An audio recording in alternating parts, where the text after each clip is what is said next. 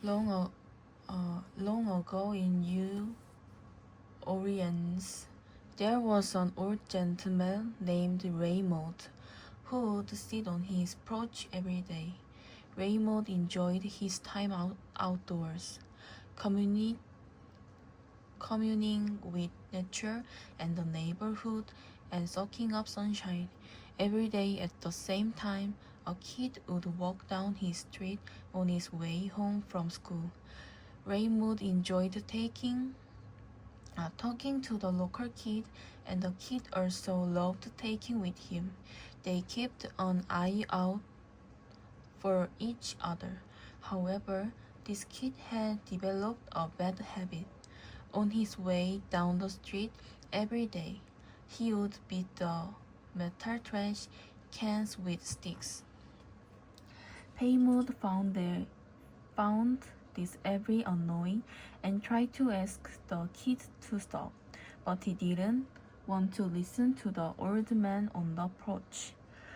Mayotte decided to put the concept of intrinsic motivation and reinforcement theory to work. The next time the kid came down the street, he complimented him on the sound he made and said he would pay him $1 a day if he promised to do it every day. The kid accepted, and every day for the following week, the kid banged on cans and Raymond paid him $1. The next week, Raymond told the kid that he was short on money, even though that wasn't really true, and that he could only pay him 50 cents a day for banging on cans. The kid was not happy about this new arrangement, but agreed on anyway and got his 50 cents each day after banging cans.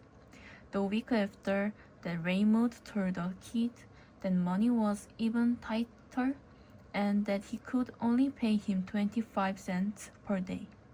Again, the kid was not happy about this new arrangement, but he agreed anyway and banged cans and got his 25 cents each day.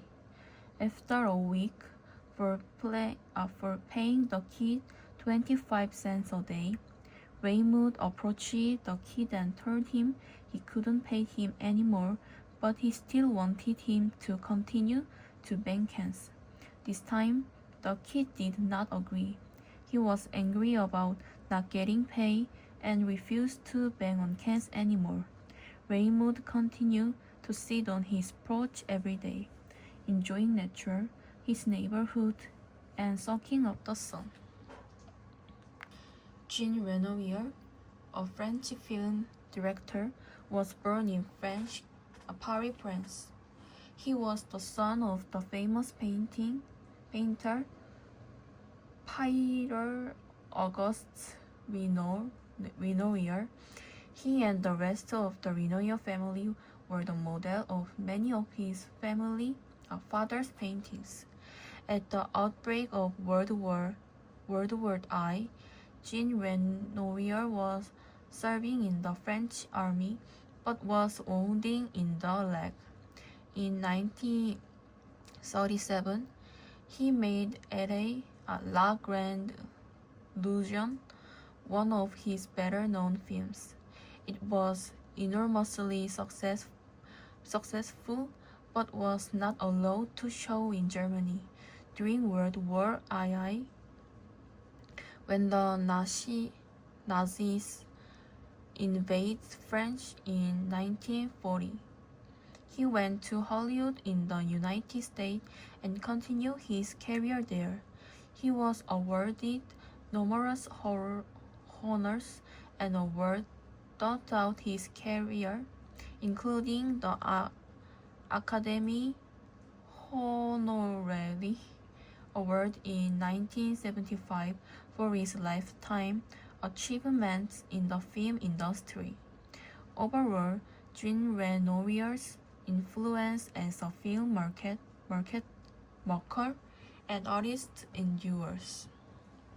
Marcel Pagnol was born in Aubagne in 1895 and died in 1974, the son of primary school teacher, whom he described so vividly in his Souvenir d'Enfance. This Southern Frenchman began his professional life as an English teacher. However, he quickly earned a reputation for his play in the 1920s. The extraordinary success of Topaz in 1927 and Marius in 1928 established him as a playwright.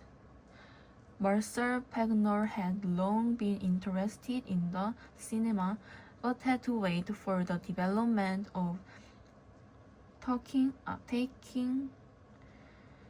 picture technology to use his full vigor as a dialogue writer.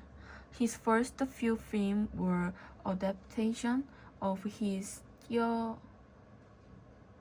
theatrical work. For example, the highly acclaimed trilogue Marius, Fanny and Caesar. The public success was enormous at both national and international levels. The persuaded Marcel Pagnol to develop himself exclusively to the cinema. For this second film, he set up his own production company, LA Associate. This film Marcel Pagnol. He was certain that the dramatic of the past would be film market for the future. Disease which he controversially developed in a short-lived critical review entitled Les Cahiers du Film. In the post-World War years after 1945, unparalleled economic growth fueled a building boom and a massive migration from the central city to the new suburban areas. The suburbs were far more dependent on the automobile, signaling the shift from primary dependence on public transportation to private cars. Soon, this led to the construction of better highway and freeway and the decline and even loss of public transportation. With all of these change came of leisure, as more people own their own homes with more space inside and lovelier outside. Their recreation and leisure time was increasingly centered around the home, or at most the neighborhood. One major activity of this home-based leisure was watching television.